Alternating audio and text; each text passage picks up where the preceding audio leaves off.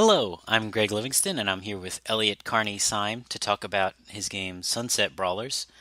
Hello.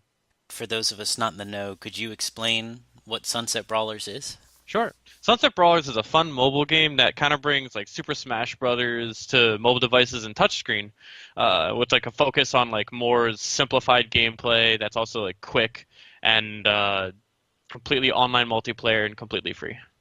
Nice. Where does the name Sunset Brawlers come from? The original name of the game was actually just called Eggnog. It was a surprise gift. A friend of mine and we just made a simple version in a month where all the characters are friends of ours. So it was a Christmas gift to like our friends where we could all play together. Even that original version was online multiplayer since like we don't all live in the same state. So and we really liked it. So we just basically liked the game enough that we wanted to plan a release, which means we need a name change.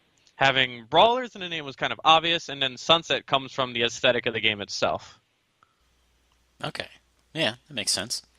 So the game itself allows for matches between anywhere from 2 to 6 people, and that's a pretty big range there. hmm So, what's the difference between a match between 2 people and a match between 6 people? A match between six people is obviously going to be a lot more chaotic, but no less fun for it, really, unless you're trying to go for a super serious match. In that case, you're probably going to keep it to like two or three players. So, how do you balance the game for that to keep it interesting both in a super serious context and in a wider party context? So when there are less players, attacks actually do more damage, to makes the kind of speed up the games a little bit. And we also plan on having maps resize, where you can choose between small and large maps, so that having a lot of people participating together in almost anything is naturally interesting, as long as it's somewhat fast. So we're not really worried about we're not so much as worried about the gameplay experience at six players, but for smaller games like 1v1s, so that it doesn't take as long, we increase the damage and force tighter quarters with the option to have smaller maps. Okay. The difference there is that when you have a one-on-one match, it might take longer for someone to score a kill, so you'd want to speed up that process. Yeah, until we add like charged attacks and refine the controls a little bit more, it's gonna, in general, right now, smaller player games can tend to take a while and be a little bit less interesting. Okay. And what role does damage play? Is it just the typical, the more damage you take, the farther you go? hmm Yep, just like Smash. So the more damage you take, you'll get launched further in the air. Except, so in Smash, when you get hit, you generally, if you get hit sideways, generally you just go sideways. But in ours, when get hit sideways, there's like a significant like getting knocked upwards in addition to just a sideways velocity. Why'd you add the upward velocity? In other games with more complicated combat, you can there are options for you to like be able to knock players up, and or just have them knocked upwards in some shape or form. But since this game is simpler, there's no just simple like smash upwards. There is like an up attack, but it's harder to. It's not, you can't really do it if the two players are right next to each other. So in order to get your opponent in the air, we just easily added in an upwards force when you hit them sideways from any kind of side attack. So that opens up, like, juggling? Yeah, it does open up juggling, but I've yet to see someone be good enough that they can just consistently jug a character from the start. Okay. Characters can move and they can attack. Is your main way to defend yourself just by moving? Yeah, we don't have like any kind of block or shield or anything like that. Okay. And the characters also vary along the three stats they have: the attack, the defense, and the speed. What different playstyles do these open up? So, as with many games, players tend to choose between how a character looks or their stats. And for those that do, we actually recently released a patch for the demo that gave all characters an extra jump except for Dyer, who now only has two from three. He was getting a lot of win and play out of a lot of the new players we saw at Gamescape. Dyer is interesting because he's the only character where all of his stats are in the middle. He's great at nothing, but not terrible at anything. So a lot of people would choose him, but because he wasn't great at anything, we gave him an extra jump that was normally only for like the fast characters, and then I found out that was his survivability was too high. So we actually nerfed him, much to the chagrin of some kid that we met whose favorite character was Dire, and he kept saying, "No, don't nerf him." It's like I'm definitely nerfing that character. Don't do it. Yeah, I'm sure he got the demo, and I'm pretty sure he's sad to see that. But that was one thing. As for playstyles, speed is actually the stat that influences playstyles the most. Slower characters like Cloud and Six tend to stay away from edges because they don't have great recovery, where the opposite is true for high-speed characters like Sarchi and Fang. So when you say they don't have great recovery, I guess that's if a character gets knocked farther, their speed will determine how far they can go to get back. Yes. We actually had to fix a thing where it was ridiculously difficult to knock out high-speed players, because when you smash a player off the stage, they're flying horizontally towards the edge off the map, but their own velocity was getting added while they were like getting flung through the air. So like they would just use their highest velocity to undo any smashing damage that was done to them. So what we actually did was, for like a certain percentage of you getting smashed through the air, you can't actually control your movement. Your horizontal movement for like 30 to 50% or something like that. You can't actually move left and right. Okay. And in that context, does defense impact how far you get knocked? Or Yes. does the speed? So speed does not anymore, as I just said. And then defense does actually control how much force gets applied when when a hit lands on you. Okay. And you also said you had plans for a charge attack, if I recall correctly?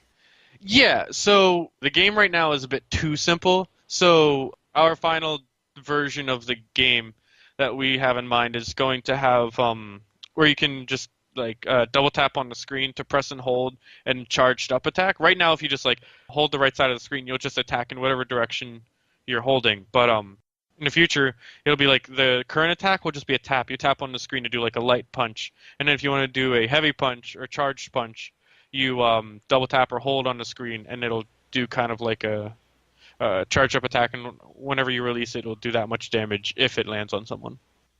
Okay. So in that context, whether it's a light attack or a heavy attack, your attack comes out after your thumb comes off the touch screen? Mm-hmm. Okay. Yeah, we're trying to stay away from like swiping mechanics, which I know like every game normally has. Like the default with kind of like mobile games in general is that you either swipe or you tap. And if people want to play this game for like more than a couple minutes, swiping can get really tiring, constantly having to do that for everything. So there's no swiping in it, but for newer players, we'll have the option. That might just be as default, where like you can swipe for certain things, but like in the tutorial, it'll have you try the game where like instead of swiping, it's just kind of like click and drag a little more. Okay. So you have 6 characters, and they're all differentiated by their stats. How do you know when you've reached the point where each character fulfills a unique purpose and you haven't, overdone it? You mean made too many characters? Right. Or alternatively, how do you know when you're past the point where you don't have enough characters? How do you find that balance? We're actually taking more of an Overwatch inspiration for this, where we're focusing on the number of characters that we want to have is less about filling in all the stats, because we already have like an archetype for each stat. So like each character for each 3 stats, defense, speed, and attack, they can be high, low, or medium, right? And so to be fair, like the default is medium, medium, medium for one character, and then one character will have high one stat and then low another stat to balance that out. And then we have like a combination of all 3 of those stats, one of each. So there's one that's high, low, medium, one that's high, low, high, medium, low, etc. So we already have that. That's already in the game. So now we're focusing more on characters that have that just have different visual styles that can fill in better representation for players and has kind of diversifies the game's aesthetic. So we're going to be releasing more characters like that. You call those skins on your site, right? Yeah. So we're going to be adding more skins in additional. So that's the difference between like vertical content versus horizontal content. Where like if we just branch out and add more characters, that's more horizontal content because it's just slightly different. But vertical content will be stuff like add additional skins where one character will have additional skins. So like technically one character may be a reskin of another character in that like the stats are the exact same, but that character is going to have its own name, it's going to have its own kind of like backstory-ish, its own design, and then its own set of alternate skins. And we haven't completely ruled out like having like just altering the stats a little bit such that we can, instead of just having high, medium, low, we have like low, like low, Medium, less. Yeah, medium, low, medium, high, high. So if we do that, then I don't know, you do some algorithmic, just combination math to find out how many characters we can make based off that, which is, I think, 5 times 5 to the. It's some. I haven't taken that class in a while. So yeah, we're gonna have. So if we do that, then we have the option to have characters that are where their stats are also unique as well. Okay. And like you mentioned, players lose a point by falling off the arena. So what strategies come out of this? How do you get another person to fall off the arena? So we're currently not sure if we want to keep stock as the default option. And for those who don't know, stock is where people have like 3 lives or 4 lives, and you get knocked out of the game once you lose all your lives. So that's like the stock option. And then there's the time option, which is the other one we're considering where you get to play throughout the entirety of the timed match, and then at the end of the match, whoever has the most knockouts minus number of deaths wins. So generally, players will stay far from the edge. So like if they're like not much of a gamer or not familiar with these kinds of games, they're gonna actually be all over the place. But kind of new players that understand what kind of game it is will usually stay as far away from the edge as they can, while more seasoned players will actually be you'll see a lot of what they call the edge game meta, which is like something that like players who play games like Super Smash Bros. Use a lot, where players will like fight mainly just on the edge of an arena and trying to use every bit of space there to their advantage. The idea where you camp out on an edge and try to keep the other guy off the edge? Yep. Okay. And how did you design the different arenas to take advantage of this? So the first map that you see when you play right now is called Pillar, which actually I think we're looking at like it's a little bit difficult for new players, so we're going to probably make it less easy to just immediately fall off. But for the new one, there's a lot of verticality going on. A lot of the maps that you see that are like for like Smash clones and Smash type games, a lot of the maps don't have verticality. They're very horizontal. They're very flat. So Pillar was the first one where you can actually do a lot of platforming, and you can actually jump off from really far heights. The advantage of this is there's multiple edges. There's a lot of options for players to get knockouts. So you can player can run away and climb to the top, and then you can knock them off. Actually, a player can actually be smashed up high enough that they can be zoned out from the top. So that it doesn't have to be the sides or the bottom. They can actually get knocked out if they hit the top too high up the top of the stage. So that map allows for knockouts from like any kind of edge, and has a lot of edges. Then we have our simple map, which is kind of the final destination, which is the fan favorite kind of default. It's totally flat. It's like intentionally uninteresting, so you can focus on just you versus the other player. That's kind of like a necessity. Every single Smash game or Smash clone or brawler, what have you, they'll all have a quote-unquote final destination type stage where it's completely flat. And then finally our last stage, which is Lair, which is the newest one, which is really interesting because it the platform itself swings back and forth because it's tethered to a couple of ropes. So if it's swinging away, if you get knocked off the edge and it swings away from you, it's going to be harder for you to return. And the opposite if it's swinging towards you, which is nice. and then it has just a couple of static ledges above that, so it's not too confusing. Right. Okay. So you're actually able to get quite a bit of variety out of being a platformer slash fighter. Oh yeah, making stages is probably one of the easiest things for us to do at this point compared to like doing networking and whatnot. So we're pretty excited about making a ton of interesting stages with like more movement mechanics. Nice. Finally, when it comes to the theory of video games, what do you think is the most important? The game itself, the developer, or the player? I would like to hear someone say the developer because almost everyone is going to say somewhere between the developer and the game itself. It's definitely a blend between those two at the least. Developer matters because all developers, put in their own taste, their own styles, or like usually their own spice into the game.